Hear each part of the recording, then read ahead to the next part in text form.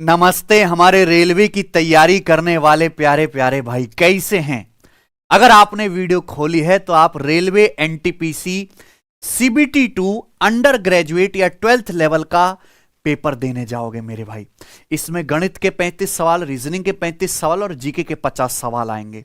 और गणित के 35 सवाल इतने महत्वपूर्ण हैं कि इसमें मैक्सिमम स्कोर किए बिना आपका सिलेक्शन संभव ही नहीं है। और मैं आपको बताऊं, ये गणित के 35 सवाल वही पूछे जाएंगे जिन्हें रेलवे पहले भी 20-20 बार पूछ चुका है। कुछ भी नया नहीं आने वाला है मेरे भाई। टीसीएस आपका पेपर करवा रहा है।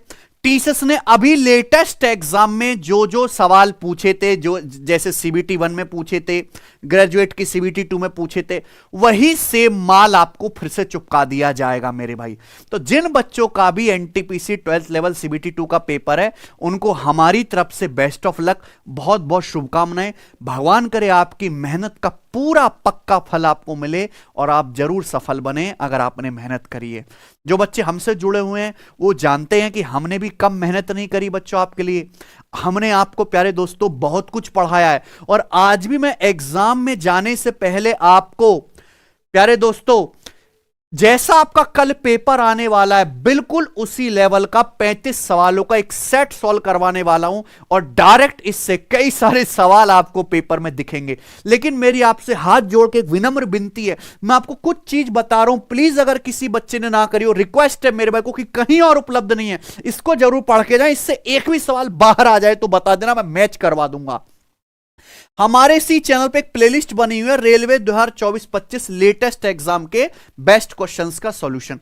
ये प्लेलिस्ट रेलवे की सबसे खतरनाक प्लेलिस्ट है पूरे ब्रह्मांड में। इसमें मेरे प्यार में जो अभी एनटीपीसी का सीबीटी 2 का ग्रेजुएट लेवल का पेपर हुआ तो उसके मैंने बेस्ट 30 सवाल करवा रखे हैं। 1 घंटे की क्लास है, प्लीज इसको जरूर देख के जाओ, प्लीज रिक्वेस्ट है। आपका जो सीबीटी 1 का पेपर हुआ था, ग्रेजुएट लेवल का भी, अंडर ग्रेजुएट लेवल का, उसके टॉप 100 सवाल की 2 सेपरेट वीडियो मैंने यहां पे बना रखी है, इसको जरूर देख के जाओ। पूरे ये ना 50-50 शिफ्टों का निचोड़ है मेरे प्यारे भाई इन वीडियोस में, ठीक है। ऑलरेडी बहुत सारे बच्चे देख चुके हैं, इनको जरूर करके जाओ, क्योंकि नया तो कुछ आना नहीं। इन तीनों वीडियो से एक भी सवाल बाहर नहीं आएगा मेरे भाई, एक भी जो आ जाए, ठीक है। चलिए तो शुरू करते हैं मेरे भाई। आज का टेस्ट मैंने मॉडरेट लेवल ही रखा है, पेपर भी आपका मॉडरेट ही आएगा।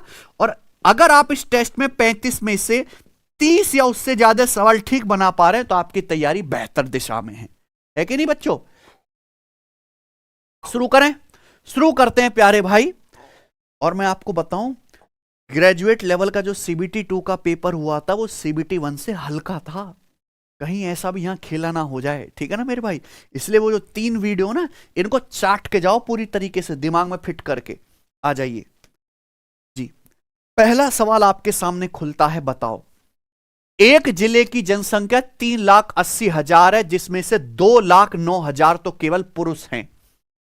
44% जनसंख्या पढ़ी लिखी है, 71% मेल्स लिटरेट हैं। तो आपसे पूछा है what percent of females are literate, पढ़ी लिखी महिलाएं, शिक्षित महिलाओं का परसेंटेज कितना है। समझ में आ गया सवाल। तो ये सवाल एलिगेशन से बहुत जल्दी सॉल्व हो जाएगा, डेविएशन भी लग जाएगा। देखो, आप पढ़े लिखे शिक्षित लोगों के परसेंटेज पे एलिगेशन लगा दो। एलिगेशन लगाने से रेशियो क्या आएगा, मेल और फीमेल की संख्या का, ठीक है बच्चों। एक जिले में टोटल कितने लोग हैं भाई, 3,80,000। उसमें से पुरुष कितने, 2,09,000। इसकी एग्जैक्ट वैल्यू की जरूरत ही नहीं है, आप इनका अनुपात ले लो। देखो 3 0 कट जाएगा, फिर किससे कट रहा है बच्चों, 19 से कट रहा है ना। 19 दूनी 38 और 19 से 2 शून्य कटता है 11 बार। यानी कि मैं कह सकता हूं कि अगर जिले में टोटल 20 लोग हैं तो 20 में से पुरुष कितने हैं, 11। तो यानी कि महिलाएं कितनी हैं, तो मेल फीमेल की संख्या का अनुपात कितना है, 11:9। सवाल के अनुसार 44% जनसंख्या पढ़ी लिखी, यानी कि मेल प्लस फीमेल मिलाकर कितने पढ़े लिखे हैं, 44%। पुरुष कितने पढ़े लिखे हैं, 71%। पूछा क्या है, महिलाएं कितनी प्रतिशत साक्षर हैं। एलिगेशन का सवाल है, बताओ कोई दिक्कत तकलीफ परेशानी इसमें। ध्यान से सुनिएगा प्यारे बच्चों, 71 में से 44 घटाएंगे क्या आएगा, 27%। तो 9 की वैल्यू 27% हो गई, यानी कि 3 गुना। तो 11 की वैल्यू भी कितनी आ जाएगी, 3 गुना, यानी कि 33%। आप बोलोगे हाँ जी सर। अब आप मुझे खुद बताओ, ये मीन वैल्यू 44 से बड़ा है 71, तो यहां 44 से छोटा आएगा बेटा महिलाओं का परसेंटेज। कितना अंतर आना चाहिए, डिफरेंस 33 आना चाहिए, तो 44 में से 33 घटाइए 11%, तो मात्र 11% ही महिलाएं क्या हैं, आंसर क्या है, डी ऑप्शन। समझ में आया? ये बहुत बढ़िया सवाल है और इसी तरीके से आप करना, 10 सेकंड के भीतर हो जाएगा बच्चों, ठीक है। कोई बच्चे नहीं है कॉन्फिडेंस में, पेपर ठीक नहीं जा रहे हैं रेलवे के, यानी कि तैयारी बेहतर नहीं है। रेलवे वाले बच्चों साल 2026 आपका ही है, क्योंकि रेलवे में नौकरियां सबको पता है, जो पढ़ेगा वो नौकरी पाएगा, बहाने मारने वाले सब है, लेकिन फैक्ट है ये, मेहनती बच्चे सिलेक्शन लेंगे रेलवे में। अगर किसी बच्चे ने रेलवे की तैयारी नहीं करी और केवल मुंह उठा के पेपर देने चला जाता है, तो भैया एक बार ढंग से पढ़ लो, टाइम देके, ज्यादा नहीं, रेलवे 4-5 महीने की केवल मैक्सिमम तैयारी चाहिए। रेलवे फाउंडेशन बैच अब तो 999 का भी नहीं, हमने कम ऑफर में कम फीस में आपको बैच एप्लीकेशन पर मिल जाएगा, चारों ही सब्जेक्ट मैं पूरा गणित पढ़ाने लग रहा हूं, और रेलवे के सारे सवाल लेटेस्ट हम आपको करा रहे हैं बेहतरीन कॉन्सेप्ट के साथ, है ना। सारे कॉन्सेप्ट की पीपीटी बना के कम टाइम में हम आपको ज्यादा से ज्यादा कंटेंट देते हैं, ठीक बच्चों। तो आप इस बैच को ज्वाइन करो, पढ़ो बेटा मेहनत से, क्योंकि पढ़ने से ही होगा। आइए दूसरा सवाल त्रिकोणमिति का है, sine A plus cos A कितना है बच्चों, 4/3। तो आपसे क्या पूछा है, tan A plus cot A, समझ में है ना, ये बहुत फेमस सवाल है भैया। देखो tan A plus cot A, पहले तो आपको फॉर्मूला याद होना चाहिए कि tan A plus cot A, short में लिखा करो, tan A plus cot A बराबर होता है 1/sin into cos A, 1/sin into cos A, sine को ऐसे लिखा करो, कॉस को सी, ज्यादा मत दो, ठीक है भैया। तो tan A plus cot A बराबर 1/sin इंटू कॉस ए, तो आपको क्या निकालना है सॉल्व करने के लिए, साइन इंटू, लेकिन सवाल में दिया क्या है, साइन प्लस, तो साइन इंटू कॉस कैसा आएगा, आप दोनों तरफ से स्क्वायर कर दीजिए, लेफ्ट साइड से भी राइट साइड से भी स्क्वायर करो। भाई साइन ए प्लस कॉस ए का स्क्वायर क्या आएगा, साइन ए प्लस कॉस ए का स्क्वायर हो जाएगा sine square A plus cos square A 1 plus 2 sign A cos A plus 2 sign A cos A बराबर राइट साइड में 4/3 का स्क्वायर 16/9। तो 2 साइन ए कॉस ए क्या आ जाएगा, 16/9 में से 1 घटा दूंगा, 16/9 -1 यानी कि 7/9। तो साइन इंटू कॉस कितना आ जाएगा, 2 नीचे चला जाएगा, 7/2 नाम 18। तो साइन इंटू कॉस की वैल्यू क्या आ गई, 7/18। आपसे क्या पूछा है उल्टा, 1/sin इंटू कॉस, यानी कि इसकी वैल्यू कितनी आ जाएगी, 18/7। यानी कि ये भी 10 सेकंड से ऊपर का सवाल नहीं है, ऑप्शन नंबर बी ये तरीका है, शॉर्ट में लिखा करो, मजा आया ना। ऐसी लीजिए, ये देखिए एवरेज स्पीड का सवाल आने के आपके पेपर में बहुत चांसेस हैं।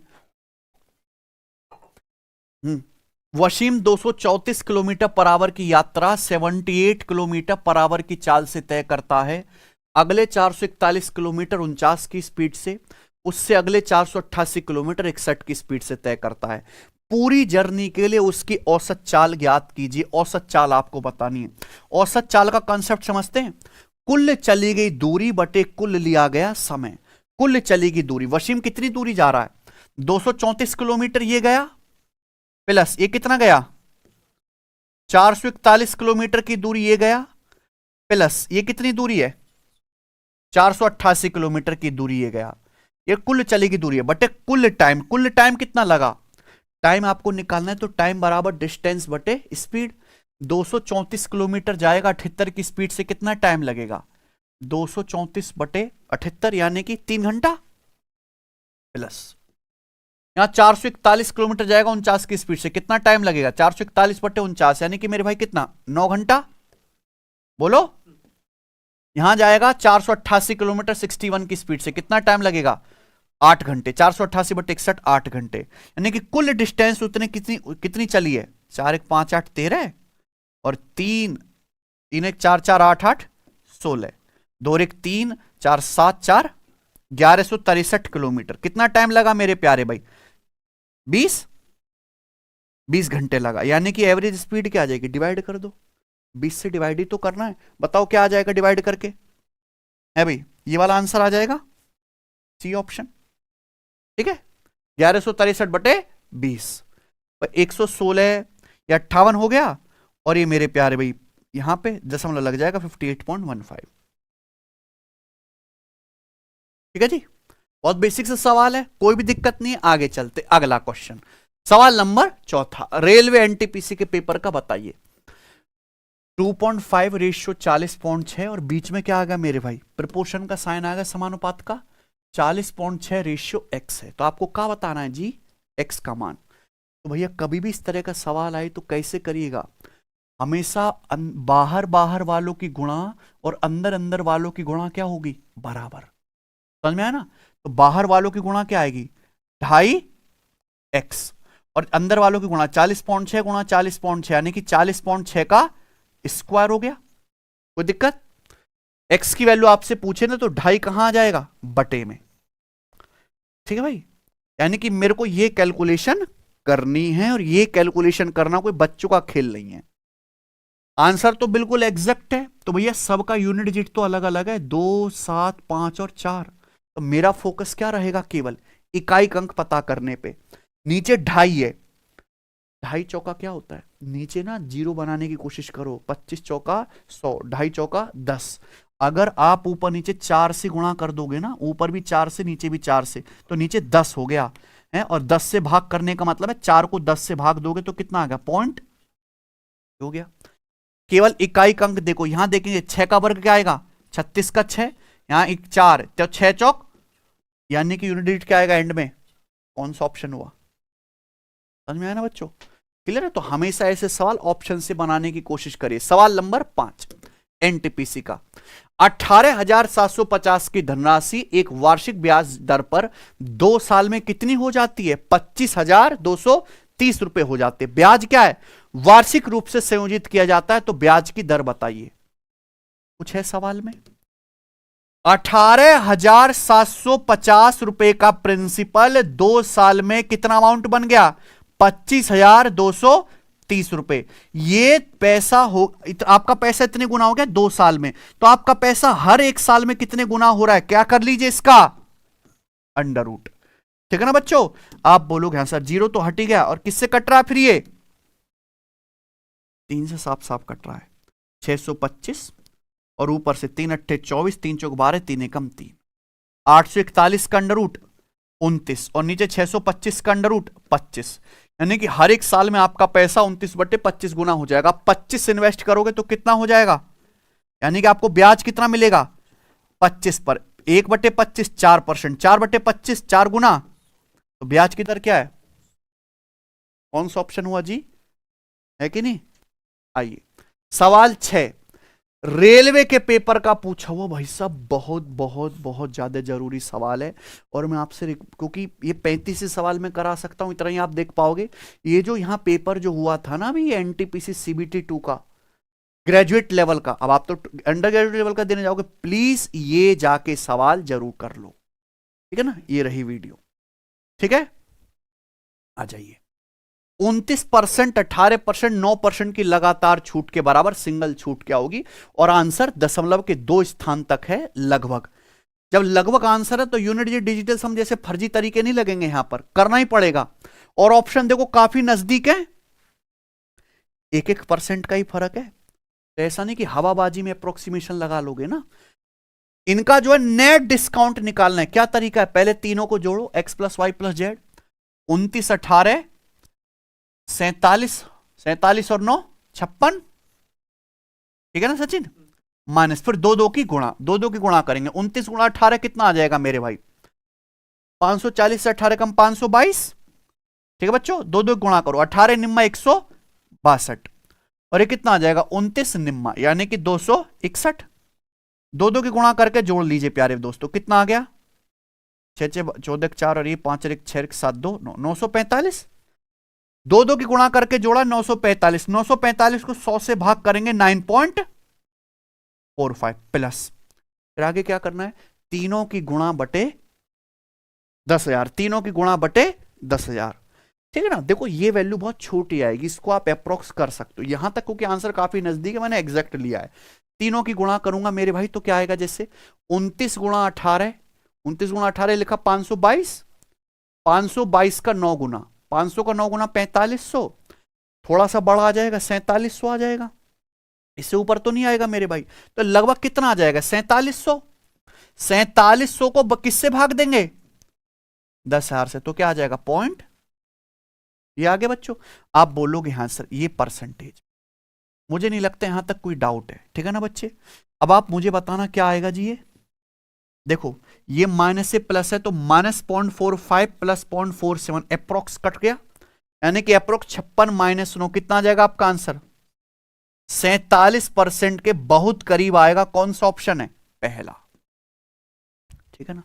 तो इस तरीके से आपको करना है जानबूझ के ऐसा, ये तो फिर भी इस सवाल बहुत दूर बहुत नजदीक ऑप्शन देता है आजकल एग्जामिनर। आइए, यदि कौटे बराबर 5/12 है तो इसकी वैल्यू क्या होगी, बनाओ।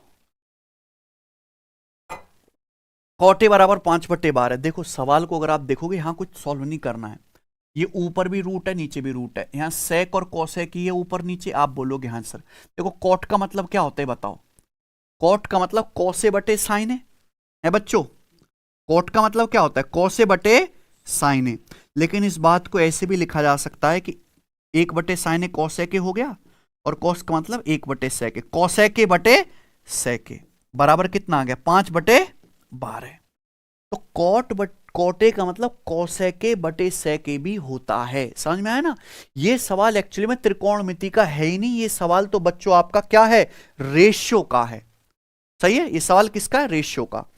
यहां क्योंकि ऊपर नीचे सेम ही है, आप कोसेक की जगह 5 रख दीजिए और सेक की जगह क्या रख दीजिए 12, तो क्या आ जाएगा मेरे भाई 12 माइनस 5 7, और नीचे क्या आ जाएगा भैया, कोसेक सेक की जगह 12 कोसेक की जगह 5, 12 5 17, यानी कि √7/17 और माइनस का √17/7। बताओ बात समझ में आ गई, ये करना है।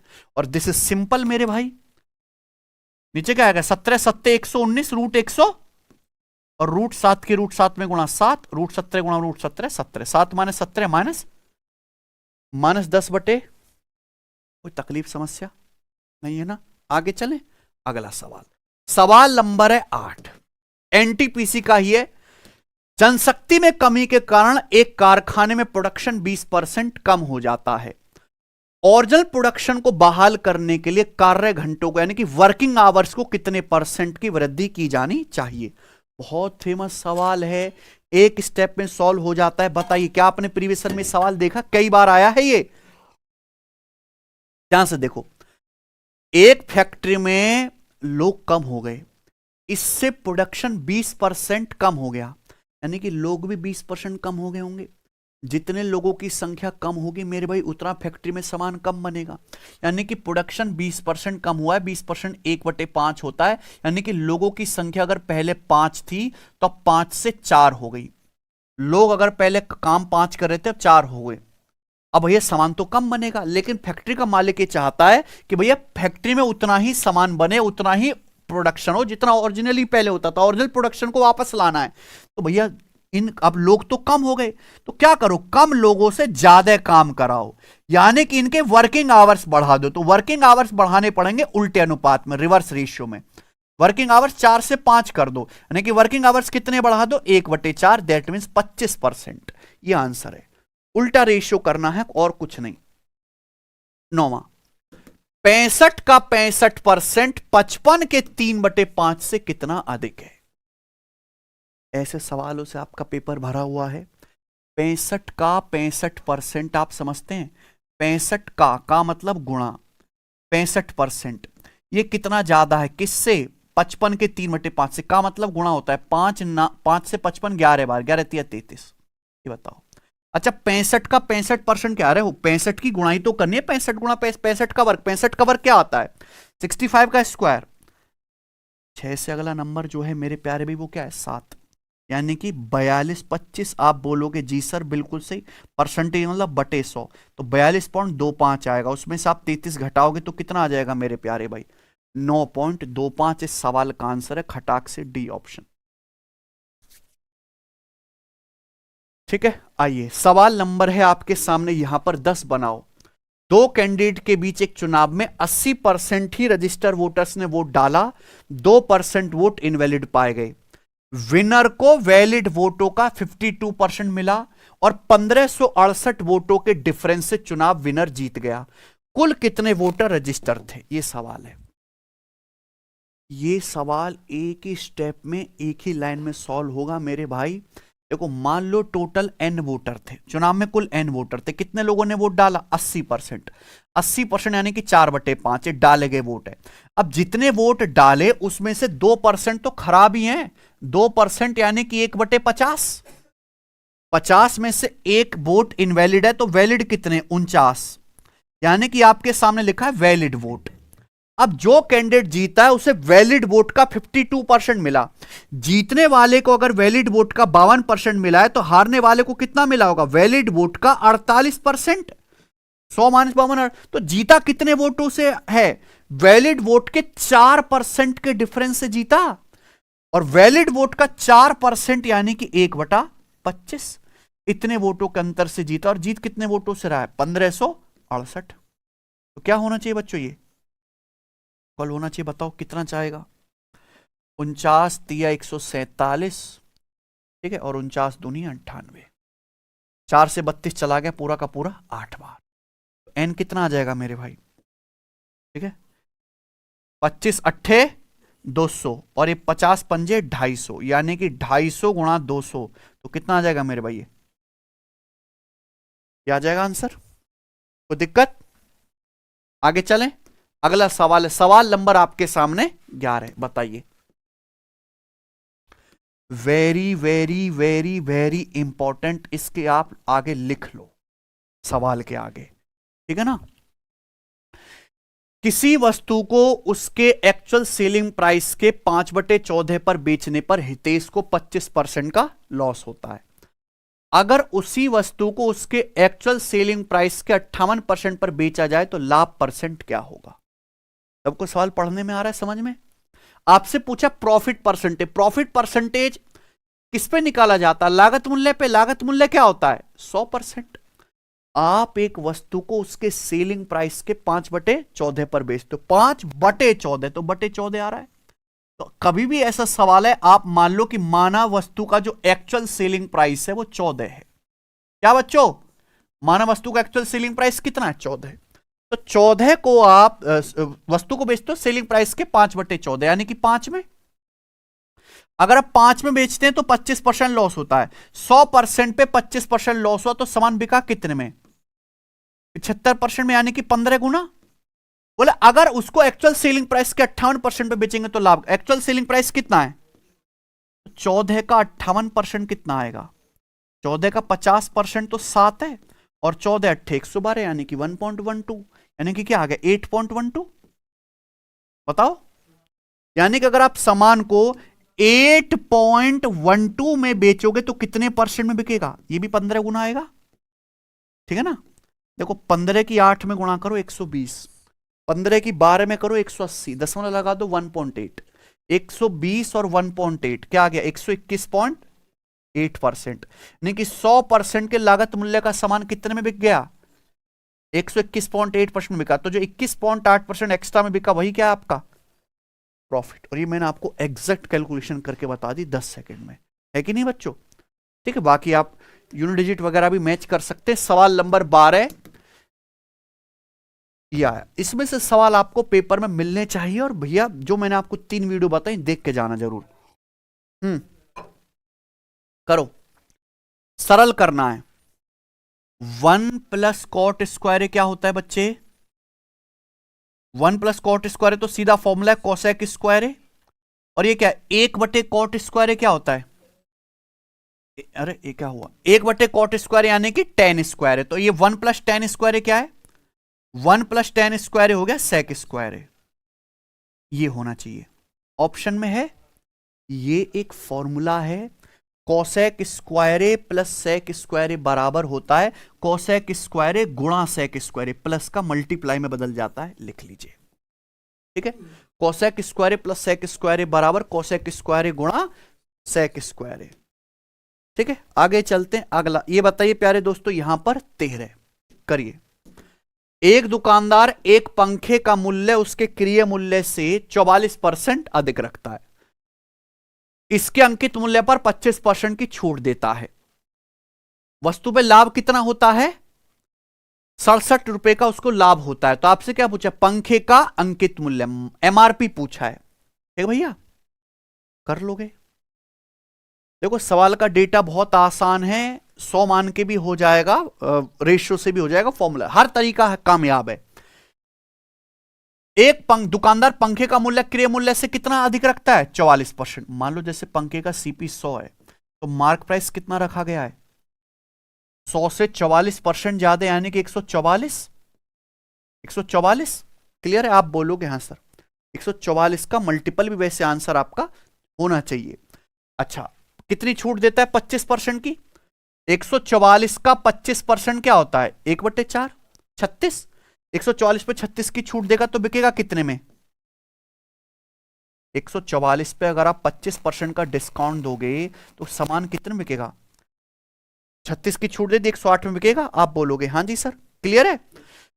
100 के सीपी का सामान कितने में बिका, यानी कि आपको कितने का प्रॉफिट हुआ? और प्रॉफिट हुआ कितना है? 67 रुपए। तो 8 की वैल्यू कितनी है? 67 रुपए। आपसे क्या पूछा है? Mark price. 144 की वैल्यू, 144 क्या है? 8 का 18 गुना, 18 अट्ठे 144, यानी कि 8 यूनिट की वैल्यू अगर 67 रुपए है तो 144 की वैल्यू निकालने के लिए 18 से क्या कर देंगे? गुणा। यही आ जाएगा, ठीक है ना? 7 अट्ठे 56, एंड में 6, ये आंसर है। लीजिए 14 4200, ठीक है ना?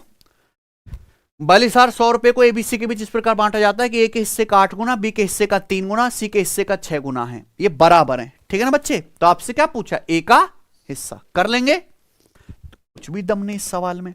42,100 रुपए को बांटना है, लेकिन किस तबीयत से बांटना है?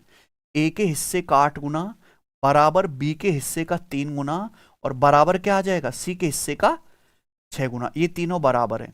ये सवाल बेटा तभी सॉल्व कर पाएंगे जब आपको एबीसी का क्या पता चलेगा? रेशियो। और एबीसी का रेशियो पता करना है, कई सारी टेक्निक है। 8 3 6 का एलसीएम क्या होता है? 24। मैंने मान लिया कि माना है किसके बराबर है? 24 के। तो 8 है 24 से ए का मान क्या आ जाएगा? बी का मान क्या आ जाएगा? 8। 6 सी 24 से सी का मान 4। ये एबीसी का क्या आ गया? रेशियो। ए का हिस्सा पूछा है मेरे भाई, क्या आ जाएगा? 3 का मल्टीपल, ये चेक कर सकते हैं ऑप्शन में। अदरवाइज ए का शेयर क्या आएगा? 3। आउट ऑफ टोटल कितना आ गया? 3 8 11 4। अच्छा, ये तो गड़बड़ हो जाएगी भैया, यानी कि 1/5, यानी कि ए का जो शेयर आएगा वो क्या आएगा? 42,100 रुपए का 1/5 आएगा, है ना? तो ये कितना आ जाएगा फिर? ये ऑप्शन आ जाएगा 42,000/5, 8400, 100/5 20, 8420 रुपए, ठीक है ना भाई? चलो सवाल नंबर 15 एनटीपीसी का। वह सबसे बड़ी 6 अंकों की संख्या कौन सी है जिसे 3 5 7 और 9 से डिवाइड करने पर क्या शेषफल आता है? 1 3 5 और, यही सवाल है। बहुत सारे सवाल आते हैं एसएससी रेलवे में। आप ही के पेपर का सुनो, सॉल्व मत करने लग जाना। सबको पता है कि इनका एलसीएम वगैरह आप लोगे मेरे भाई, लेकिन हमारे पास ऑप्शन मुंह भुगाने के लिए नहीं दिए, उनका इस्तेमाल करो। हमें वो संख्या चाहिए 6 अंकों की बड़ी से बड़ी जिसे 3 5 7 9 से भाग करने पर ये शेषफल बचे। सबसे फेमस नंबर क्या है कैलकुलेशन के लिए? 9। 9 से भाग करने पर कितना शेष बचना चाहिए? अगर किसी संख्या को 9 से भाग करके 7 शेषफल बच रहा है, यानी कि उस संख्या के अंकों का योग डिजिटल सम क्या आएगा? ये तो 9 का नियम है, यानी कि आंसर होगा जिसका डिजिटल सम 7 हो। ये 9 कट जाएगा, 8 8 16 कितना आ गया? ये आंसर हो सकता है। अच्छा, ये 6 8 14 5 19 के अंकों का योग 1, ये 9 हट गया, इसका 8, ये हट गया मेरे प्यारे भाई, 8 3 11 यानी कि 2। क्या आंसर हुआ?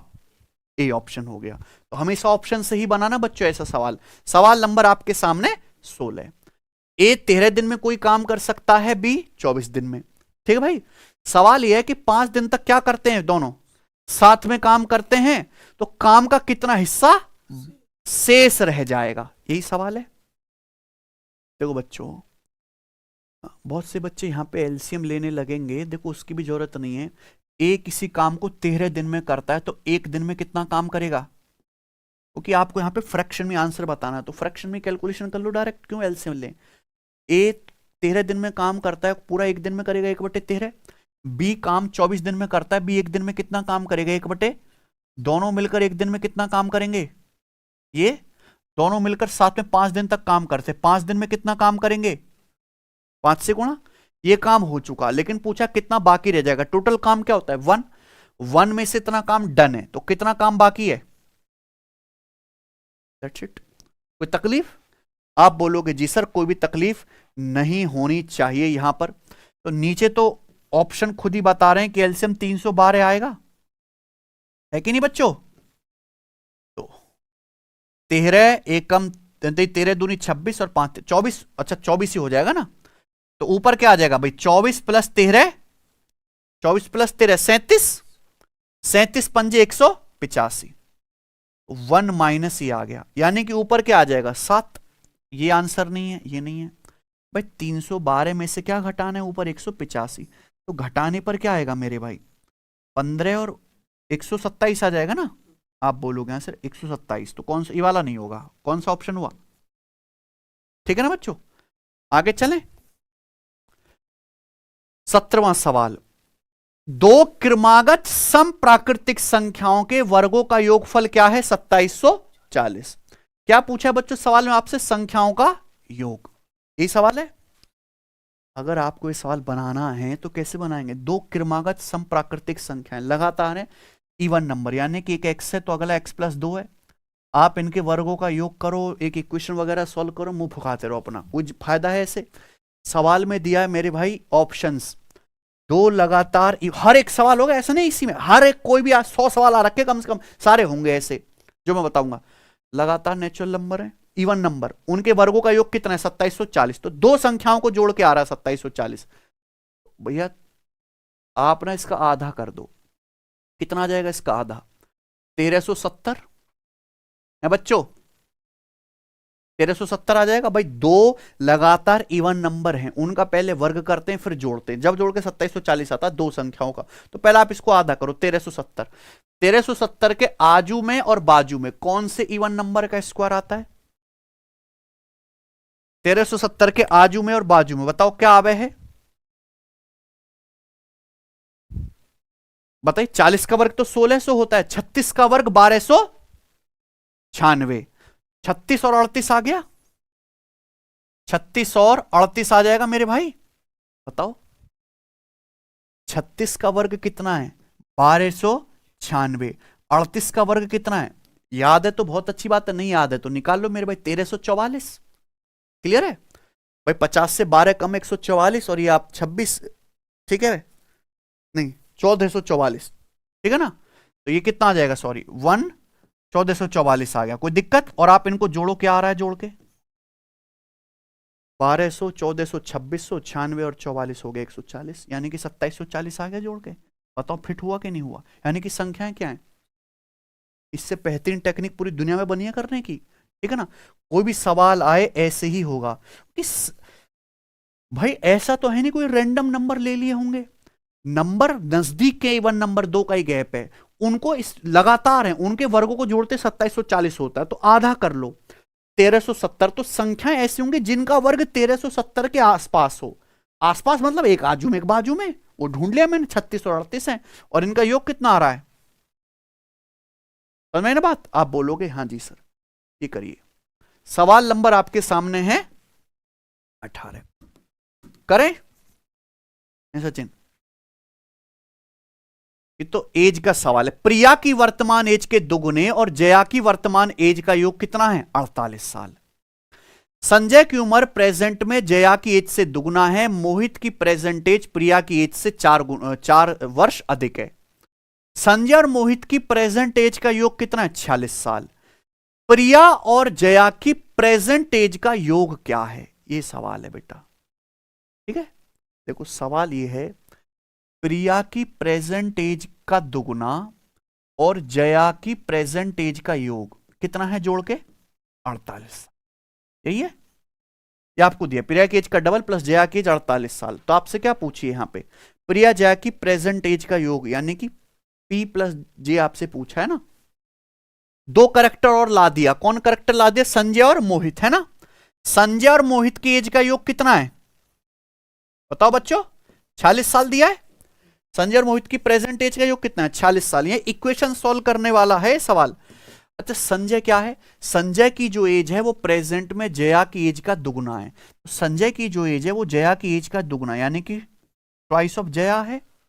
समझ में बात, आप बोलोगे आंसर। और मोहित की जो प्रेजेंट एज है प्रिया की प्रेजेंट एज से 4 साल ज्यादा है। तो मोहित की जो प्रेजेंट एज है वो क्या है, प्रिया से 4 साल ज्यादा, यानी कि P प्लस, यानी कि इनको जोड़ के कितना आएगा, इनको जोड़ के 46 आना चाहिए। तो यहां से क्या आ जाएगा, 2J प्लस P बराबर 42। तो क्या बन गई, दूसरी इक्वेशन बन गई। कोई दिक्कत बच्चों यहां पे, ट्वाइस ऑफ जया प्लस प्रिया बराबर 42। आपसे पूछा है प्रिया और जया की प्रेजेंट एज का योग। तो इन दोनों इक्वेशन को बेसिकली सॉल्व भी करना है, सॉल्व भी करने की जरूरत नहीं है, सीधा जोड़ देना है भैया। नहीं दिखा कि आपको यहां पे दोनों की अलग अलग एज निकालने में कोई इंटरेस्ट नहीं है, हमें दोनों की एज का सम निकालना है। तो वो जल्दी निकल रहा है तो वही जल्दी निकाल लो। अगर जोड़ूंगा 2P plus P 3P, J plus 2J 3J, यानी कि प्रिया और जया की एज का 3 गुना, डायरेक्ट कितना आ जाएगा 90। तो 3 से 90 कितनी बार, 30 बार। तो प्रिया जया की प्रेजेंट एज का योग आ गया, ठीक है ना। तो कोई सवाल देखने में बड़ा और कॉम्प्लिकेट लगता है लेकिन करने पर वो खुशी हो जाता है। आगे चलेंगे, सवाल है आपके सामने 19। एक विक्रेता 65% लॉस पर गेहूं बेचने का दावा करता है, ठीक है, लेकिन वह बताए गए वजन से 70% कम वजन का उपयोग करके बेईमानी करता है। उसका वास्तविक लाभ प्रतिशत कितना है, ठीक है। देखो, एक सेलर ये कह रहा भाई साहब मैं 65% लॉस पे गेहूं बेच रहा हूं। 65% का मतलब होता है 13/20, फ्रैक्शन में कर लो कन्वर्ट, यानी कि 20 रुपए किलो का गेहूं गांव से खरीद के ला रहा हूं, तो 13 कम दुकान पे 7 का बेच रहा हूं। 20 रुपए का गेहूं 7 में बेच रहा हूं, लेकिन फिर भी मुनाफा कमा रहा है दुष्ट, क्योंकि वो 70% कम वजन का उपयोग करता है। 70% यानी कि समझ रहे हो, 7/10। अगर कोई कस्टमर उससे 10 किलो गेहूं मांगेगा तो 10 किलो नहीं देता, वो 10 किलो से 7 किलो कम, यानी कि कितना देता है, केवल 3 किलो। तो 3 किलो गेहूं दिया कस्टमर को, पैसा ले लिया 10 किलो का। तो ओवरऑल प्रॉफिट होगा इन दोनों का सक्सेसिव, सीधी सीधी गुणा। 10 से 20 कितनी बार, तो 2/6 रेशियो। अल्टीमेटली 6 का समान 7 में का प्रॉफिट हुआ 1/6, जिसको कह सकते हैं हम 16.66%, पहला ऑप्शन, ठीक है ना बच्चों। आइए, एक त्रिभुज की भुजाएं 36, 85, 77 है, इसका क्षेत्रफल ज्ञात कीजिए। बहुत बेसिक मामूली सा सवाल। इस तरह के जो आपके पेपर में लगातार सवाल आ रहे हैं सब ट्रिपलेट पे बेस्ड हैं, ट्रिपलेट याद कर लो। और बड़े बड़े ट्रिपलेट 36, 77, 85, 30 जो है 39 जो है 80, 89 है ना, 65, 72, 97, ठीक है बच्चों, 28, 45, 53, ये बड़े बड़े ट्रिपलेट हैं, इन पे सवाल आ रहे हैं, इनको याद कर लो। तो ये जो त्रिभुज है ये एक समकोण त्रिभुज है, 36, 85, 77 समकोण त्रिभुज की 3 भुजाएं, जिसमें 85 के 90 डिग्री बनाने वाली, मतलब 90 डिग्री के सामने वाली साइड है सबसे बड़ी हाइपोटेनस, ठीक है। तो समकोण बनाने वाली दोनों भुजाएं क्या है, 36 और 77। और किसी भी समकोण त्रिभुज का क्षेत्रफल होता है, ये ट्रिपलेट आपको याद होना चाहिए था, 1/2 90 डिग्री बनाने वाली दोनों भुजाओं की गुणा। तो 2 से 36 कितनी बार चला जाएगा, 18 बार, ठीक है ना। तो एंड में क्या आएगा, 6, ठीक है। 18, 80, 1440 होता है, उससे छोटा ही आएगा, तो कौन सा ऑप्शन हुआ, ए ऑप्शन, ठीक है। आइए, सवाल है आपके सामने यहां पर 21, जो रेलवे एनटीपीसी के पेपर में आया है, करो। रमन की इनकम कितनी है बच्चों, 34,000। अपनी इनकम का रमन 28% बचत करता है। इनकम 11% बढ़ती है, खर्चा कितना बढ़ जाता है, 30%। तो उसकी बचत में डैश क्या होगी, बचत इंक्रीज डिक्रीज पूछा है कि बचत कितनी बढ़ जाएगी या घट जाएगी, आंसर बताना है रुपए में। आपका पेपर थोक के भाव में भरा पड़ा है ऐसे सवालों से, ठीक है ना बच्चों। देखो कई सारे तरीके हैं, पहले तो चाहे आप ये पता लगा लो कि बचत में कितना परसेंटेज चेंज आया है ना, फिर उसको रुपए में बदल लीजिए, या फिर सीधा ही रुपए निकालिए। देखो यहां पूछा है बचत में बदलाव। बचत क्या होता है, इनकम माइनस खर्चा। भाई यहां आदमी की इनकम भी बढ़ रही है, खर्चा भी बढ़ रहा है, तो जितनी इनकम बढ़ी है, जितना खर्चा बढ़ा है, अगर वो घटा दोगे तो बचत में चेंज आ जाएगा।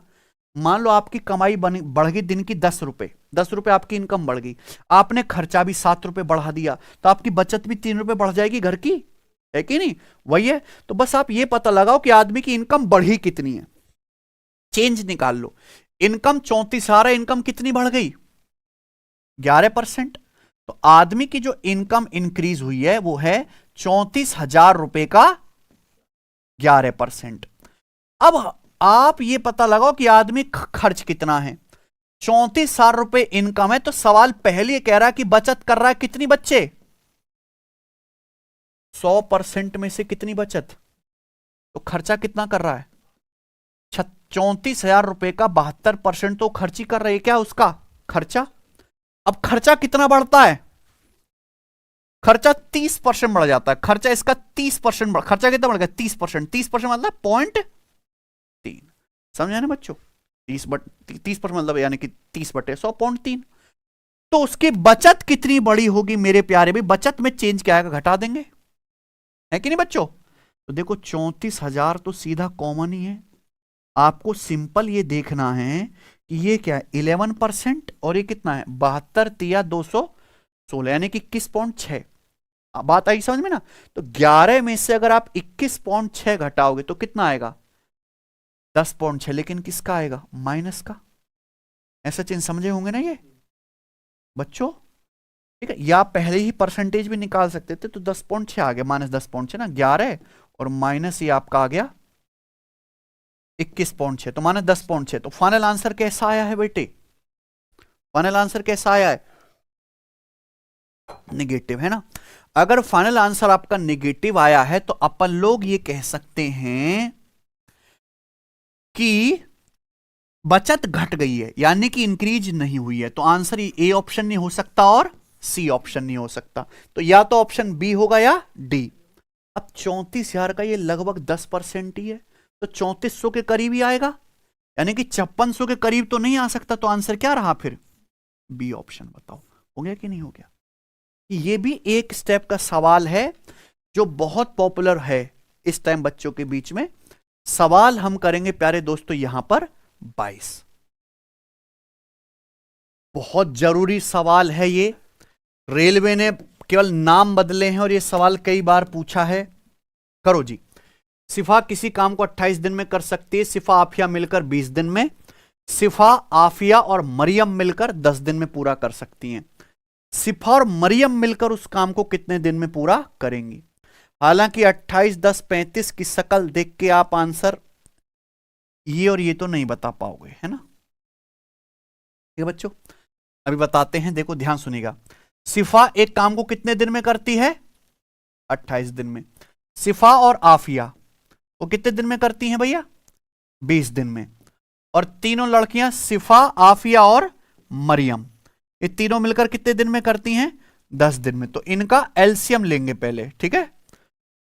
10 और 20 का 20 आ गया, 20 और 28 में 7 ले लेते, 20 7 140, यानी कि एलसीएम आ गया 140 टोटल वर्क। तो जो भी आंसर आएगा 140 का ही बच्चा आएगा, इसलिए ये ऑप्शन मैंने 39 और 41 हटा दिए, है ना?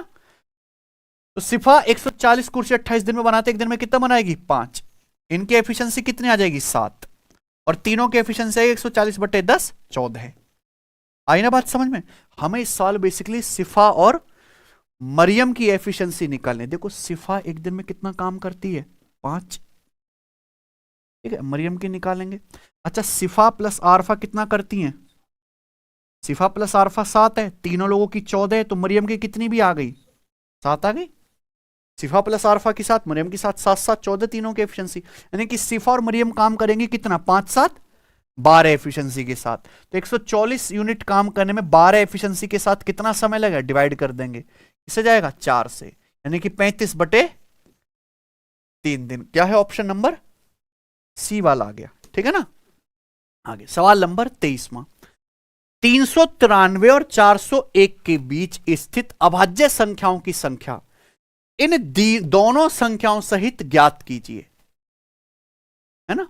393 और 401 के बीच कितने प्राइम नंबर आते हैं और इन दोनों को भी इंक्लूड करके बताओ, ये सवाल है। प्राइम नंबर समझते हैं, ये बहुत ज्यादा आ रहा है नंबर सिस्टम है रेलवे में, जो एक से कटते हैं और खुद से कटते हैं मेरे भाई। तो 393 प्राइम नंबर नहीं हो सकता, क्योंकि ये 3 से कट रहा है।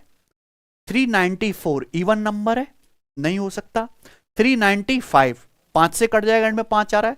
396 ये भी 2 से कट जाएगा। 397 ये सड़ा हुआ सा नंबर लग रहा है, ये प्राइम हो सकता है, इसको लिख लेते हैं। 398 2 से कट जाएगा, खत्म है ना। 399 3 से कट जाएगा, 399। फिर उसके बाद 400 फिर उसके बाद 401 भी सड़ा हुआ नंबर है, लिख लेते हैं। यानी कि प्राइम नंबर या तो 1 आएगा या 2 आएगा, ये तो आएंगे नहीं, ठीक है ना। ये तो अब 5 सेकंड का काम था ये तो। अब हमें चेक करना है कि 397 प्राइम है भी कि नहीं। जैसे 397 मेरे प्यारे भाई, यहां पे अगर आप ध्यान से देखोगे तो 3 से नहीं कट रहा है ना, इनको पहचानने में मुश्किल हो रही है प्राइम नंबर। तो आप ये देखो 397 के नजदीक किस प्राइम नंबर का स्क्वायर आता है। 397 के नजदीक किस प्राइम नंबर का स्क्वायर है? 19 का। 19 का स्क्वायर 300। तो ये जो संख्या है या तो 19 से या उससे छोटे प्राइम नंबर से कटेगी, ठीक है। 19 दूनी 38 नहीं कट रहा, 17 दूनी 34 57 नहीं कट रहा, 13 तिया 39 नहीं, 11 से नहीं, 7 से 7 पंजे 35 नहीं, यानी कि किसी से नहीं कट रहा, ये प्राइम नंबर है। समझ में आया ना। 401 के करीब कौन से प्राइम नंबर का? 19 का। 19 दूनी 38 21 बच गया, 17 दूनी 34 6 1 बच गया, 13 तिया 39 11 बच गया, 11 से भी नहीं कट रहा, 7 से भी ये नंबर नहीं कट रहा, 7 पंजे 35 हो गया ना, 5 1 है ना, यानी कि किसी से नहीं कट रहा। 4 1 5 ये भी प्राइम नंबर है, यानी कि दोनों ही प्राइम आ गए। तो आंसर क्या है? समझ में आया ना बच्चों। ये टेक्निक है, आप इसको दिमाग में कर सकते हो, लिखना नहीं है। सवाल नंबर आपके सामने 24। एक संख्या में 60% की वृद्धि करने पर क्या आता है? 3610 आता है। संख्या ज्ञात कीजिए, ठीक है बच्चे। संख्या देखो, संख्या तो बड़ी दूर दूर है ऑप्शन में, तो ऐसे सवाल को कैसे बनाएंगे ऑप्शन से? भाई एक संख्या को 60% बढ़ाने के बाद 3610 आ रहा है, नहीं कि पहले से संख्या 3610 से कम होगी, 3610 से कम होगी, यानी कि आंसर नहीं है। बोलो, अगर ये आंसर मानते हैं, अगर आप इसको 60% बढ़ाओगे, 60 क्या 100% भी बढ़ाओ तो भी 3600 ना पहुंचे, इसका दुगुना भी कर दो तो, यानी कि ये आंसर नहीं है। तो आंसर क्या बचा फिर? ये बचा, ठीक है। ऐसे बहुत ढेरों सवाल आ रखे हैं, सॉल्व करना है तो भी कर सकते हैं। भाई संख्या को कितना बढ़ाते हैं हम लोग? 60%, यानी कि 3/5, यानी कि अगर संख्या की इनिशियल वैल्यू 5 थी तो 5 से कितनी हो गई? आपको संख्या 60% बढ़ाने वाली फाइनल वैल्यू दे रखे 8 की वैल्यू 3610, और आप क्या निकाल लो? 5 की वैल्यू निकाल लेंगे, ठीक है ना। सवाल नंबर 25, ये रेलवे एनटीपीसी ग्रेजुएट लेवल का सवाल है। मैंने सवाल को थोड़ा सा मॉडिफाई कर दिया है, ठीक है ना, अपनी क्रिएटिविटी लगा के। आपको एक इक्वेशन दे रखे, शकल से पता लग रहा है कैसी क्यूबिक इक्वेशन है ना। यहां पे पावर 3 है ना, इसके रूट अल्फा बीटा गामा, इसके 3 मूल हैं अल्फा बीटा गामा। तो आपसे पूछा sigma alpha square beta square gamma, same सवाल आया हुआ, मैंने बस थोड़ा सा चेंज किया है पेपर में, ठीक है ना। पहली बात तो आपको इसका ही मतलब नहीं पता होगा कि ये चीज है क्या। सिग्मा यानी कि ग्रीक लेटर है एक, जिसका मतलब है योग। कैसे? एक जैसे पैटर्न का योग। यहां अल्फा बीटा गामा 3 रूट है, तो आपको क्या भैया, alpha square beta square gamma, है ना। यानी कि आपने 2 रूट का स्क्वायर किया है, तीसरा छोड़ दिया, यानी कि अगला ही ऐसा टर्म क्या आएगा? Beta square gamma square alpha. अगला ही ऐसा टर्म क्या आएगा? Alpha square gamma square beta. ये है बेटा इस बात का मतलब, साइक्लिक ऑर्डर में चलेगा। अल्फा का वर्ग बीटा का वर्ग, ठीक है, गामा का वर्ग, बीटा का वर्ग गामा का वर्ग, अल्फा का वर्ग, गामा अल्फा बीटा। समझ में ना बच्चों, एक जैसे 3 टर्म बनेंगे ना, 3 उनका सबका योग है, इसी को शॉर्ट में लिखा जाता है ऐसे करके, ठीक है बच्चों। तो अपन लोग यहां से देख सकते हैं प्यारे दोस्त, क्या आ जाएगा? अल्फा बीटा गामा कॉमन है बच्चों, तो ब्रैकेट में क्या बचेगा? Alpha beta plus beta gamma plus gamma alpha, है कि नहीं बच्चों? Alpha beta plus beta gamma plus gamma. अगर कोई समझदार बच्चा है तो वो इस स्टेप को नहीं लिखेगा, सीधा ये जानेगा वो तो, ठीक है ना। अल्फा बीटा गामा यानी कि तीनों रूट्स का प्रोडक्ट, ठीक है बच्चे। अगर ये क्यूबिक इक्वेशन है तो ये ए है, ये आपका बी है, ये सी है, ये डी है। क्या होती है equation? A x cube plus b x square plus c x plus d. तीनों रूट्स का जो प्रोडक्ट आता है वो आता है माइनस डी बटा ए। क्या आएगा? माइनस डी बटा ए। तो माइनस डी बटा ए करेंगे तो क्या आएगा? माइनस 19/4। यहां क्या है? दो दो रूट्स के प्रोडक्ट का सम, इसकी वैल्यू क्या आती है? सी बटा ए। क्या आएगी? सी बटा ए। सी की वैल्यू कितनी है? -13/4। तो माइनस माइनस यानी कि आंसर तो है नहीं, पॉजिटिव आएगा, कुछ भी नहीं कटेगा। तो क्या आंसर आ गया? पहला ऑप्शन। 4 चौक 16, 19 गुणा 13 कर लेंगे मेरे प्यारे भाई, ठीक है जी। 247, ठीक है, 247/16। सबको समझ आई बात? आप बोलोगे हाँ जी सर, ऑप्शन नंबर है ए। आगे चलेंगे, अगला सवाल। सवाल क्या है आपके सामने यहां पर? 26 रेलवे का पूछा हुआ। देखो ये सवाल तो 100% कन्फर्म ही है, ठीक है। The mean and mode of set of data are 47.4 and 61.6 respectively, ठीक है। Find the median of data set using the empirical formula. ये एम्पिरिकल फॉर्मूला आपको याद होना चाहिए, तभी आप ऐसे सवालों को कर पाओगे। देखो एम्पिरिकल फॉर्मूला है मेरे भाई, मोड बराबर thrice of median minus twice of mean. Mode बराबर thrice of median minus twice of mean. आपको यहां इस फॉर्मूले की हेल्प से कोई भी दो चीज दी जाए, उसमें से तीसरी चीज आप निकाल सकते हो। यहां केवल वैल्यू रखनी है। एक डेटा सेट का आपको माध्य यानी कि मीन दिया है और मोड दिया है, मीडियन पूछा है। तो मोड कितना है बहुलक? 61.6। मीडियन आपसे पूछा है, मीडियन यानी कि क्वेश्चन मार्क है, ठीक है। और मीन कितना है यहां पे? मीन कितना है? 47.4। समझ में आई बात? आप बोलोगे हाँ जी सर। तो 47.4 का दुगना कितना हो गया? 94.8। 94.8 इधर जाके जुड़ जाएगा, तो 94 और 61 कितना आ गया? 4 1 5 9 6 15 155। 155 और मेरे प्यारे भाई 1.4 यानी कि 156.4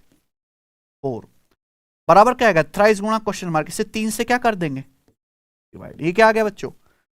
मीडियन, ठीक है। एग्जैक्ट इसलिए कैलकुलेशन कर रहा हूं कि आंसर यहां पे जो है वो एग्जैक्ट नहीं है, अप्रोक्स में आपको बताना है, ठीक है बच्चे। तो क्या आ जाएगा? 3 पंजे 15, 3 दूनी 6, 0.3 एकम 3, तो अप्रोक्स 52.1 के करीब आएगा। कौन सा ऑप्शन है? समझ में आना बच्चों? आइए अगला सवाल। सवाल नंबर आपके सामने 27। वही गिने चुने सवाल मैं आपको करा रहा हूं जिनको पेपर में दिखने की उम्मीद है। राज के पास कितने रुपए हैं? 1218। उन्होंने इसे अपने बेटों वरुण और आशीष में बांट दिया और उन्हें इसे वार्षिक रूप से संयोजित होने वाली 10% ब्याज दर पर इन्वेस्ट करने को कहा। यह देखा गया कि वरुण और आशीष को 13-14 साल बाद समान राशि प्राप्त हुई। 13-14 साल बाद क्या मिला?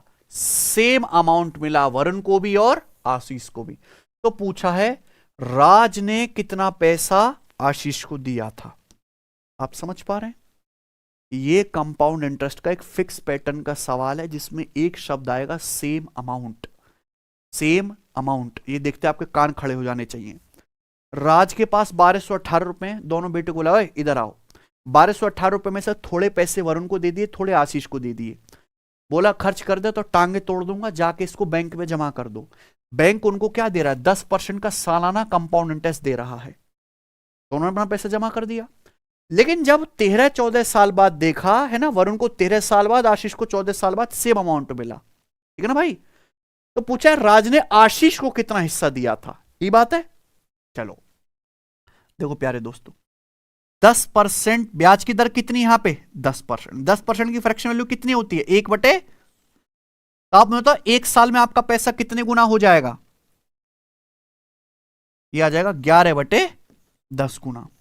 ये आ जाएगा 11/10 गुना। क्लियर है? आप बोलोगे हाँ जी सर बिल्कुल सही, ठीक है ना, समझ में आया? तो प्यारे बच्चों यहां कितने का गैप है? 13 और 14 साल में 1 साल का गैप है ना, टाइम का आपको गैप देखना है। तो ये गैप 1 साल का है, तो इसकी पावर क्या करोगे आप? 1। अगर गैप 2 साल का होता पावर 2 करते, गैप 3 साल का होता पावर 3 करते, गैप 4 साल का होता पावर 4 करते, ठीक है ना बेटे? तो क्या आ जाता आपका अमाउंट? अमाउंट इस सॉरी आशीष और क्या नाम है, राज है, राज ने वरुण और आशीष के बीच पैसा इस रेशियो में ही बांटा होगा। गैप 1 साल का है, पावर 1 करना है, 2 साल का है, पावर 2 करना है, सिंपल कंसेप्ट है। अब मेरे भाई ये भी तो देखना है कि उसने वरुण को कितना दिया होगा और आशीष को कितना दिया होगा मेरे भाई। तो ये बताओ प्यारे दोस्तों, वरुण को कितना पैसा बांटा गया है और आशीष को मेरे दोस्तों कितना पैसा बांटा गया है। देखिए जो बड़ा बेटा है, जो है बड़ा बेटा, उसको मेरे दोस्तों कम मिलेगा। तो बड़े बेटे को क्या करना होता है? सब्र करना होता है, और छोटे बेटे को आप पैसा बांटते, ट्रिक बता रहा हूं डायरेक्ट। तो बड़े बेटा जो है वो कौन सा है? आशीष। आशीष को 14 साल बाद और वरुण को 13 साल बाद अमाउंट जो है बराबर मिल गया, ठीक है ना बच्चों? तो यानी कि आशीष को 14 साल बाद, वरुण को 13 साल बाद, तो आशीष के पास टाइम ज्यादा है ना, तो आशीष को पैसा कम दिया जाएगा। और वरुण के पास समय कम है 13 साल, तो वरुण को पैसा थोड़ा ज्यादा दिया जाएगा, यानी कि पैसा बांटा जाएगा वरुण और आशीष के बीच किस अनुपात में? 11:10 के रेशियो में। ये डायरेक्ट आ गया। सबको मेरी बात समझ में आ गई? तो इस ट्रिक को बिल्कुल जहन में बिठा लीजिए मेरे भाई, कभी भी ऐसा सवाल आए ये बकवास आपको बिल्कुल नहीं रखनी। ब्याज की दर कितने? 10%, 1/10, 1 साल में कितना पैसा हो जाएगा? 11/10 गुना हो जाएगा। बीच में गैप 1 साल का ही है। आशीष का 14 साल बाद अमाउंट बराबर हो रहा है वरुण को 13 साल बाद, तो आशीष की उम्र ज्यादा है 14 साल का, तो आशीष को आप पैसा कम दीजिए, वरुण को पैसा ज्यादा दीजिए, इस रेशियो में बांटा जाएगा। यानी कि जो भी आशीष का शेयर पूछा है तो कितना आ जाएगा? 10 यूनिट आउट ऑफ टोटल 21, कितने का? 1218 रुपए का। तो बताइए कितना चला जाएगा भैया? 21 पंजे 105, 16 21 8 168, यानी कि 580 रुपए। सबको बात समझ में आ गई? ये बेस्ट ट्रिक है ऐसे सवालों को करने की। आगे चलते हैं 28वां। मैंने 1200 रुपए में 2 टॉय गन खरीदी। पहली टॉय गन को 9% लॉस पर, दूसरी टॉय गन को 16% प्रॉफिट पर बेच दिया। कुल मिलाकर हमें दोनों टॉय गन पे ना तो कोई प्रॉफिट हुआ है ना ही कोई लॉस हुआ है। तो पहली वाली टॉय गन का कॉस्ट प्राइस क्या है? इस सवाल में पहले भी 10 बार करवा चुका हूं, ठीक है ना। सिंपल है कि भैया अगर दोनों टॉय गन को बेचने से ना लाभ हो रहा है ना हानि, इसका मतलब पहली टॉय गन का लॉस दूसरी टॉय गन के प्रॉफिट अमाउंट के बराबर होना चाहिए, मेथड 1। दूसरा, प्रॉफिट लॉस पे एलिगेशन लगाते हैं, किसका रेशियो आता है? सीपी का। भाई आपने 1200 रुपए में 2 टॉय गन खरीदी, खरीदने के बाद बेचा, पहली टॉय गन पे क्या लॉस हुआ? 9% लॉस, मतलब माइनस। दूसरी टॉय गन पे कितना प्रॉफिट हुआ? और दोनों टॉय गन पे मिलाकर क्या हुआ? ना प्रॉफिट ना लॉस, यानी कि ओवरऑल एलिगेशन लगाएंगे 16 माइनस 0 16, 0 में से -9 घटाएंगे, यानी कि दोनों टॉय गन के क्या आ गया? ये सीपी का रेशियो आ गया डायरेक्ट। आई ना बात समझ में? आप बोलोगे जी सर बहुत बढ़िया। यानी कि जो भी आंसर आएगा पहली टॉय गन का मूल्य 16 का मल्टीपल आएगा बच्चों, सीधा ऑप्शन से चेक कर सकते हैं। और पूरा सॉल्व करना है तो टोटल दोनों टॉय गन का क्या मूल्य है? 16 9 25, पहले का 16 दूसरे का 9 25। 25 के लिए सवाल में कितनी है? 1200 रुपए, तो कितने गुना हो गया? 48 गुना। तो पहली टॉय गन का लागत मूल्य भी 16 का 48 गुना आ जाएगा। ठीक है बच्चों, क्या आ जाएगा प्यारे दोस्तों? यहां पे 800 से कितना कम आ जाएगा? 32 कम 768 रुपए। ठीक है बच्चों,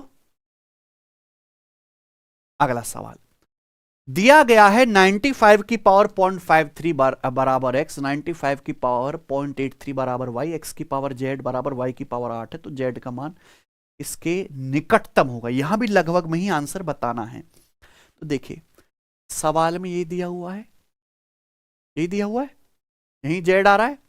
आपको x की वैल्यू कितनी दी है? 95 की पावर 0.53, x की जगह रख दो। x की जगह आप रखोगे 95 की पावर 0.53, तो पावर के आपस में गुणा हो जाएगी। 95 की पावर 0.53 जेड।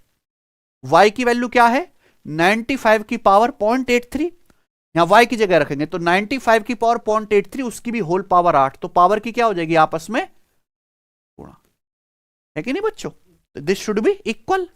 अब यहां दोनों साइड को देखेंगे तो दोनों तरफ से बेस सेम है, क्या 90, तो पावर क्या आनी चाहिए सेम आनी चाहिए, तो z बराबर क्या आएगा प्यारे, दशमलव तो कट ही गया ना दोनों तरफ से, ठीक है।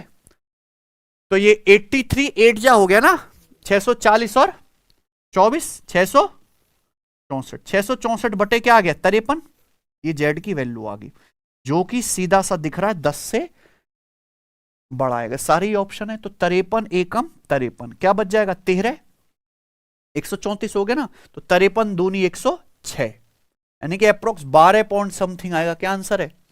पूरा डिवाइड करने की जरूरत नहीं होती है।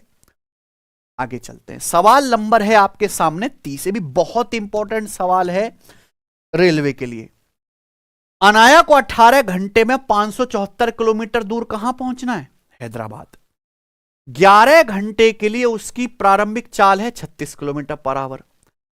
अगले 136 किलोमीटर के लिए उसकी स्पीड है 34 किलोमीटर पर आवर। 18 घंटे के टाइम में हैदराबाद पहुंचने के लिए उसे अब किस स्पीड से चलना पड़ेगा, अब किस स्पीड से यात्रा करनी चाहिए? तो सवाल में कुछ नहीं, आप अलग अलग डिस्टेंस अलग अलग स्पीड से जा रहे हो, रिमेनिंग डिस्टेंस निकालो। अनाया को कहां पहुंचना है? हैदराबाद, अपने घर से कितने समय में, लेकिन हैदराबाद कितना दूर है 574 किलोमीटर दूर। तो पहले 11 घंटे तक चलती है वो कितने की चाल से 36 की चाल से, तो कितनी डिस्टेंस जाएगी?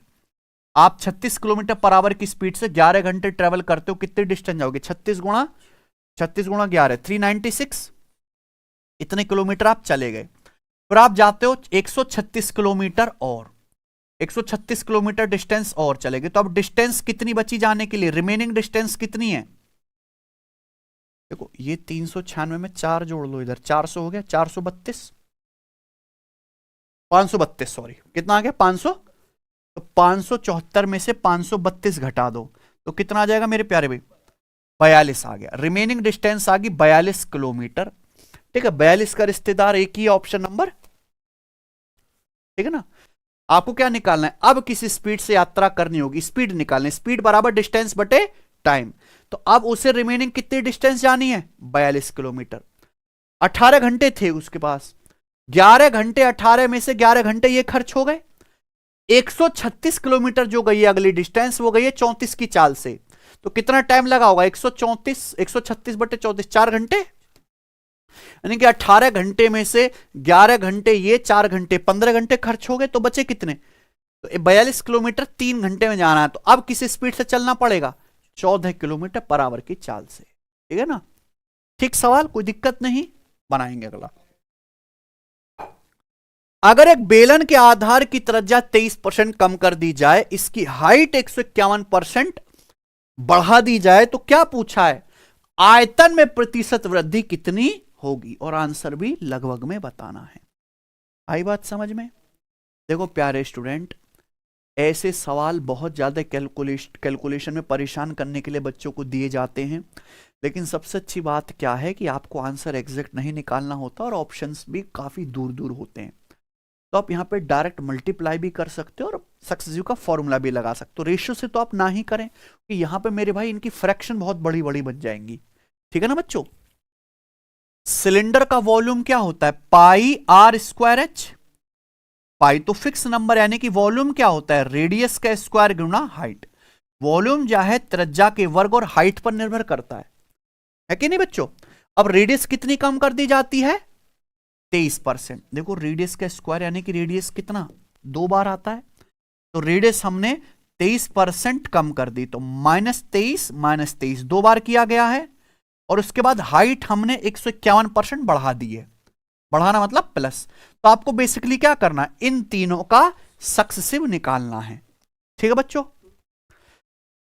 देखो भाई हमें ऐसा तो है नहीं कोई एग्जैक्ट आंसर निकालना है, तो मैं भी अप्रोक्स करूंगा। -23 और -23 का सक्सेसिव क्या आएगा, x और y का सक्सेसिव आता है x + y + xy बटे 100, तो -23 और -23 -46, फिर इनकी गुणा करूंगा 23 गुणा ये 529 हो जाएगा, 529/100।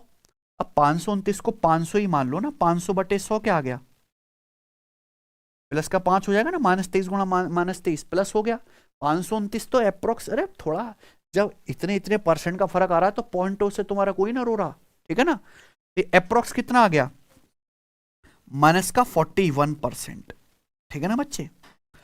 अब आपको -41 को किसके साथ कपल करना है, -41 और 151% का नेट इफेक्टिव निकालना है कि नहीं सचिन। तो उनका क्या आएगा भाई, इन दोनों का सक्सेसिव क्या आएगा, फिर से वही x plus y plus x y बटे x प्लस वाई करूंगा तो क्या आएगा, 151 -41 प्लस 151 110 और -41 गुणा 151 बटे, है कि नहीं बच्चों, यहां तक कोई दिक्कत है। हालांकि ऊपर आप देख पा रहे हैं तो कितना आ गया, 15 चौका 60, 6000 के करीब आ गया है ना, 6000 के करीब आ गया। 100 से काटेंगे तो कितना चला जाएगा, लगभग 60, 110 माइनस 60 अप्रोक्स 50% के करीब, 50% के करीब कौन सा है, ठीक है ना, समझ में आई ना बात। और ये ऐसी कैलकुलेशन है कि आप इसको मेंटली कर सकते हो, ज्यादा नहीं है ये, ठीक है। आओ अगला सवाल करेंगे, और ऐसे सवाल आएंगे पेपर में। सवाल नंबर है आपके सामने बच्चों, क्या है यहां पर, 32 बनाइए। एक जिले की जनसंख्या कितनी है, 3,28,000, जिसमें से 1,64,000 पुरुष हैं। 24% जनसंख्या पढ़ी लिखी है, 34% पुरुष पढ़े लिखे हैं, तो कितने प्रतिशत महिलाएं पढ़ी लिखी हैं।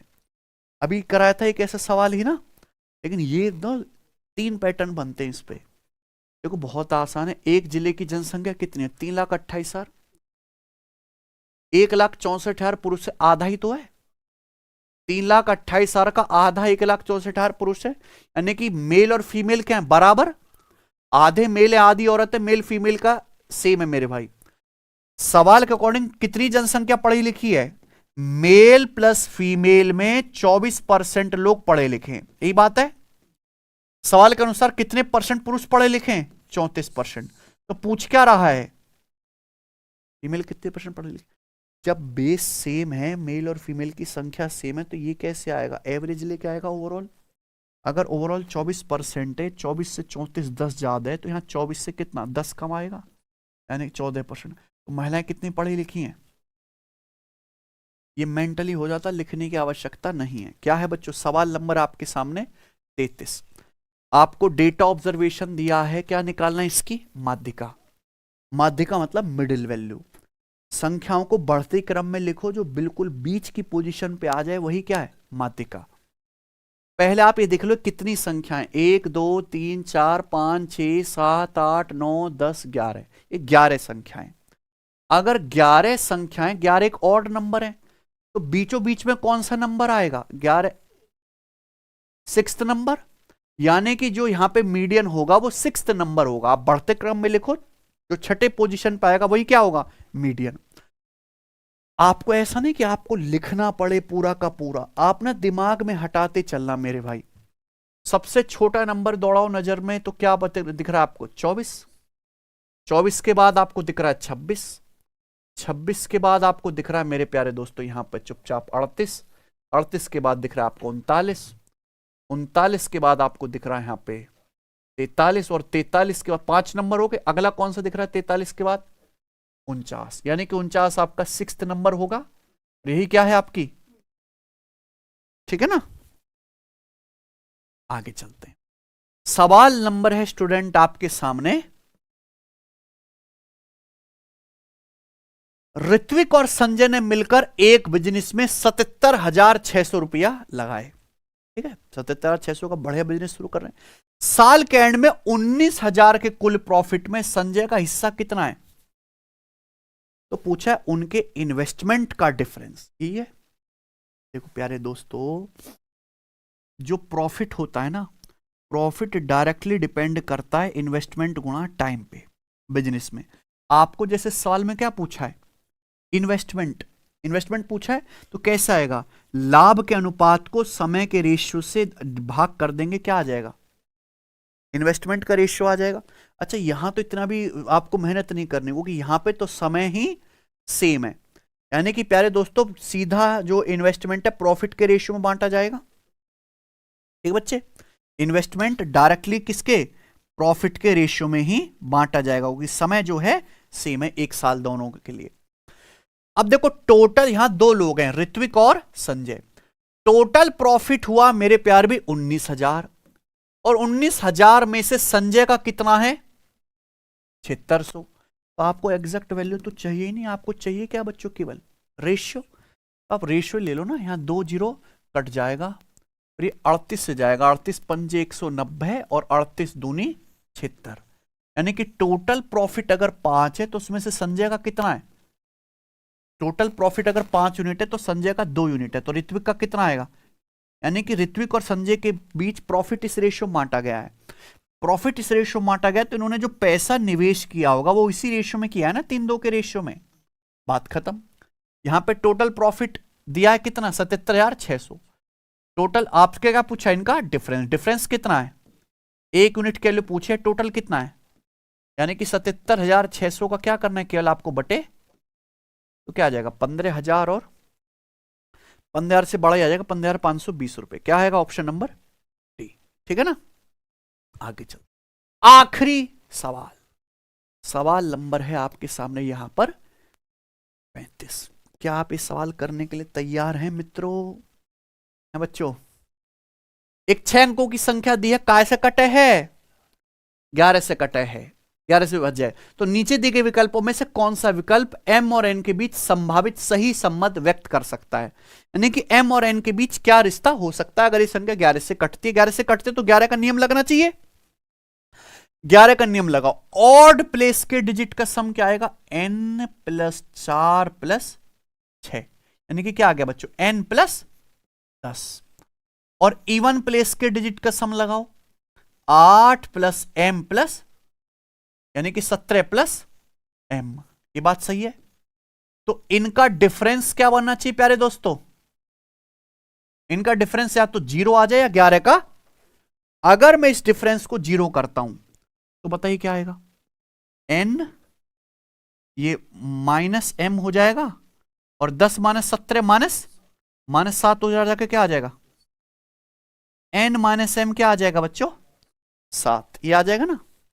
अगर आप इसको करेंगे तो n - m 7 आ जाएगा, या फिर m - n -7 आ जाएगा, तो क्या आंसर है पहला। भाई अगर आप इसमें इनका डिफरेंस निकालोगे तो n - m 10 - 17 -7 -7 को उधर भेज दो, ठीक है भाई। आप इसको या माइनस से गुणा कर देंगे तो m - n की वैल्यू कितनी आ जाएगी, माइनस का, कौन सा ऑप्शन हो गया जी, पहला ऑप्शन। इसी के साथ मेरे प्यारे भाई ये 35 सवालों का बेहतरीन सेट समाप्त होता है। आपने यहां कितने सवाल ठीक कर लिए खुद से मुझे कमेंट करके जरूर बताएं, और मेरी आपसे रिक्वेस्ट है, विनती है भाई, कि सिलेक्शन वे यूट्यूब चैनल पे जब आप जाओगे तो यहां जो प्लेलिस्ट है बहुत खतरनाक प्लेलिस्ट है, पता नहीं आप क्यों नहीं पढ़ते हो। रेलवे के ये जो पेपर हुआ एनटीपीसी के सीबीटी 1 के दोनों के टॉप 100 सवाल, और ग्रेजुएट लेवल का सीबीटी 2 के बेस्ट 30 सवाल, ठीक है ना। इसमें एक प्रॉफिट लॉस का सवाल है, वो 100% आएगा बेटा। मार्क प्राइस कॉस्ट प्राइस से कितने % अधिक है, ना आए तो पढ़ाना छोड़ दूंगा, ठीक बेटे। एमपी सीपी से कितना % अधिक है, सक्सेसिव वाला करके जाना, ठीक है बच्चों। चलिए आज इतना ही छोड़ते हैं, बाकी हम करेंगे कल। बाय।